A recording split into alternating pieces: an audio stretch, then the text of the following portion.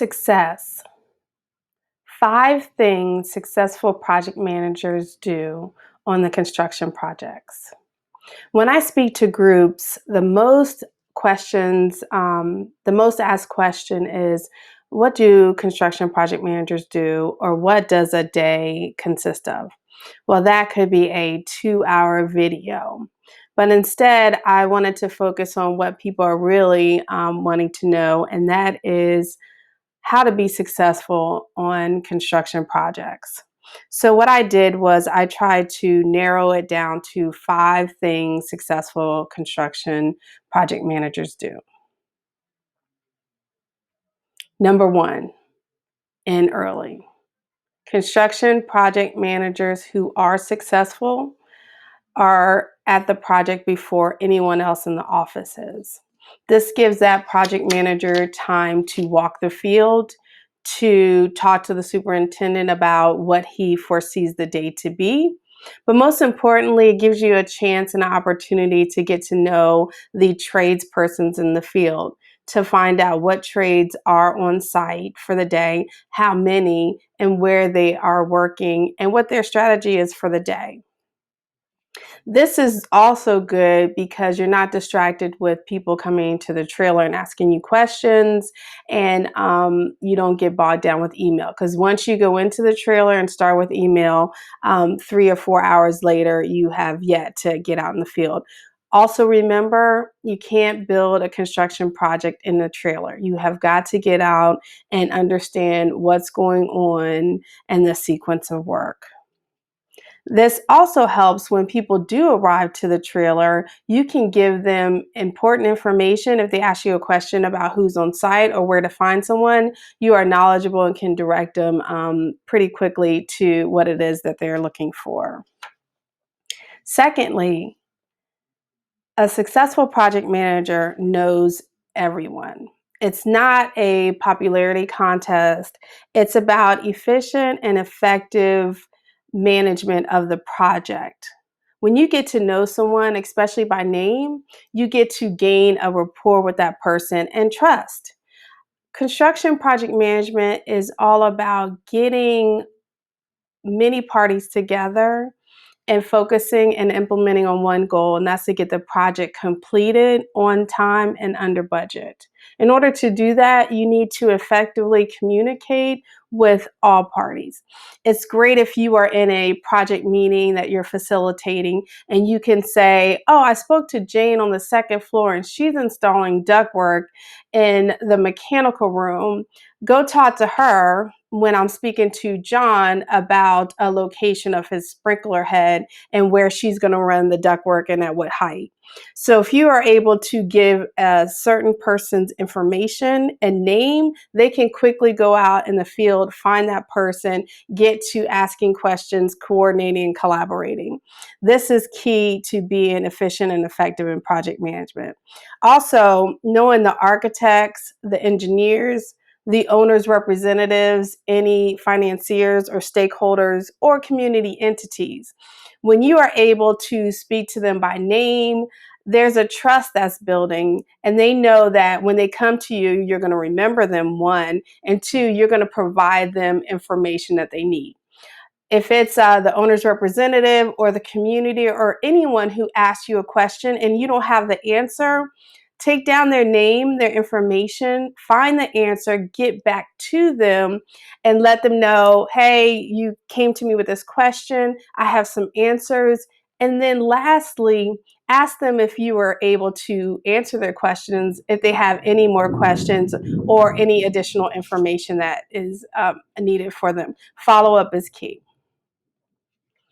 Third, a successful project manager knows the contract documents, knows where to find information so that you can direct people efficiently and effectively to their answer. People are coming to you because you're leading the project, and it's going to be a lot of people. So if you are able to answer their question efficiently, going to the drawings and getting to the answer or to the person that can provide the best answer to their opportunity is key. knowing the contract documents is not just the construction drawings, it's the specifications. If there is information, the specifications are the instructions of the project. It is the expectation of what is to be installed. The drawings are what is to be installed. If you're able to understand where to find paint in Division 9, or if you're looking for mechanical, you can quickly get to that information, whether it's a question or approving a submittal, or even the contract. The contract between the owner and the contract between the subcontractors has a list of the specifications. It has a list of the drawings.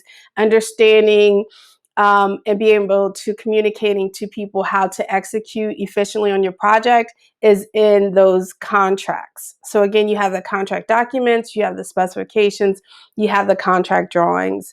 You also need these ingredients to effectively communicate both verbally and non-verbally throughout the duration of a project, especially if you have things that just quite don't work. You can bring all parties to the same place and be able to execute the opportunity with the solution and any contractual obligations there. Next, very, very important, be fair. Not just be fair to the owners or the architects and engineers, but be fair to the subcontractors.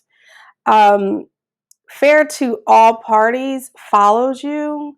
It's not just about this project. It's also about your company's brand. It's about who you are as a person. It's about trust. It's about building relationships. Be fair. One thing that people will remember for the duration of the project is whether or not you were fair. Again, be fair to everyone.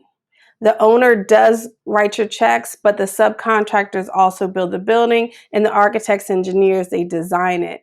All parties, we come together. It's all about communication, collaboration, and coordination.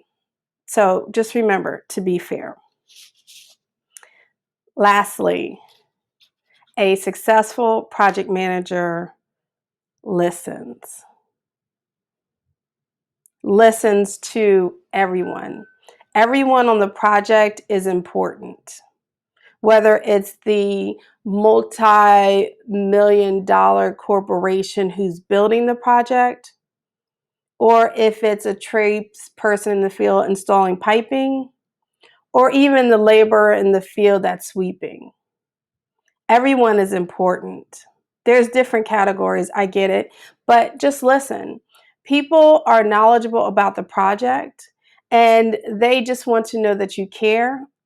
Caring about somebody directly is in correlation to the quality of work they put in place. Just remember, whoever it is, even if it's a community neighbor that comes on site and wants to speak to the project manager, take the time to listen, because it may be debris in the street that is causing issues with the neighbors. Get their information, take it down, address the issue, then call them again and tell them you have, swept up the street. Does that meet their satisfaction? And then you just gain another ally for the project and the project completion. My name is Akila Darden. I'm owner of the Darden Group, LLC. We are an executive construction management firm specializing in the management of large, complex commercial projects. You can follow us at https:// the Darden Group, Darden Group LLC.com. You can follow us on Facebook and Instagram, YouTube, and LinkedIn. Just type in the Darden Group and you will find us. We have just started an online course called Efficient and Effective Tools for Construction Project Managers. This course will provide an interactive printable worksheet, downloadable templates that you can use on your project right now, key elements needed to manage construction projects, and a printable certificate at the completion of the course.